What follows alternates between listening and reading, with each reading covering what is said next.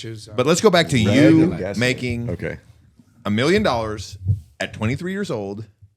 Okay, so you understood the spreads. So the reality of the whole situation, if we want to boil it down, Yeah. is what I was just trying to get to, was the fact that like there was a time period before technological efficiency.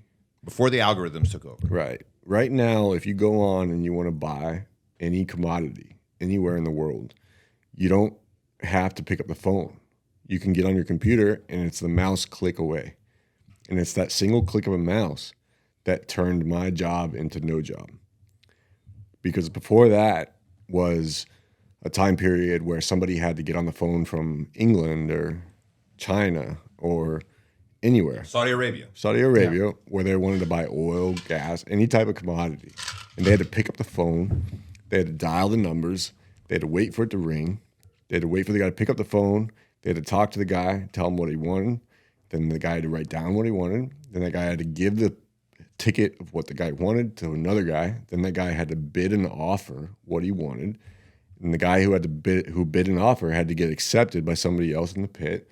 Then that guy who accepted, the two of them would agree on the clerks would confirm, right? Would agree on a trade, that they would write the trade down, then they would tear off the carbon copy of that trade, and they would wing it into the center of the pit where there was a big net, and all the clerks would pick up those thrown cardboard carbon copies, right, and enter them into a manual computer. Timestamp them, enter them into a computer. All that process, even though I explained it so long right there, would take about 45 seconds to a minute, for the whole process. They would get it down pretty fast. It was well greased. Right. It was well greased. But nowadays, that whole process has collapsed into a click.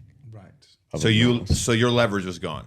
Right. So the leverage that I had while I was there was being able to be inside of a big pit that used to exist, where there was a pit at the center with that net that I told you about. Right. Like the movie Trading Places. Right. While you're in that pit, you have guys who are receiving phone calls from one part of the world on one side of the pit, and guys who are receiving phone calls from one part of the world on the other side of the pit.